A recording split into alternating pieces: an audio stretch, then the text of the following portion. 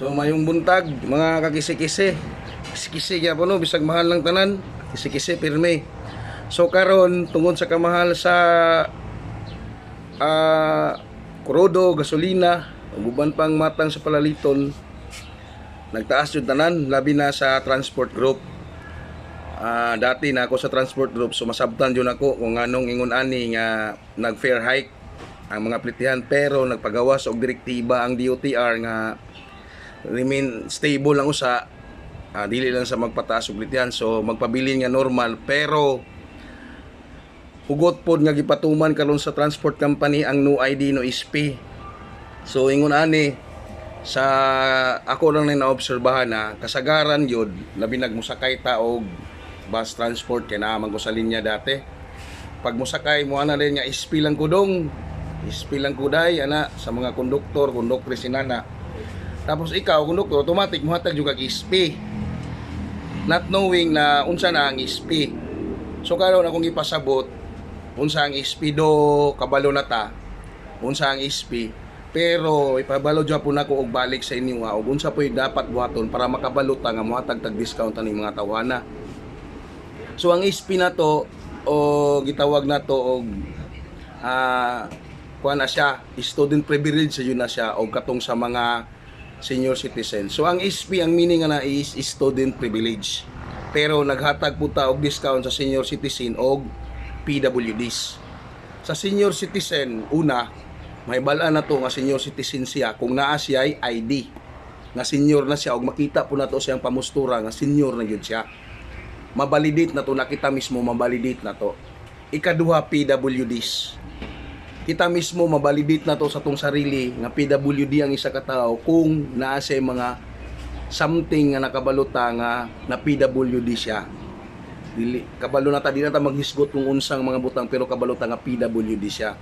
Ikatulo nga privilege is ang student privilege, which is kasagaran maog yun na siya ang SP. So unsay pagbalidate na to mga konduktor paminaw, unsa pagbalidate nga usa ka tawo is estudyante. Kay kasagaran na ay mga idara na nga nag-eskwela gihapon.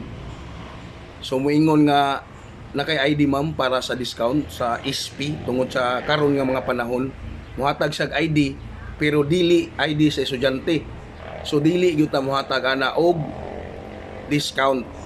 So kita nga mga commuters makabalo pud ta kung tama ba nga magpa-discount ta o dili. Kay makasabot man ta na tungod sa kamahal karon sa palaliton.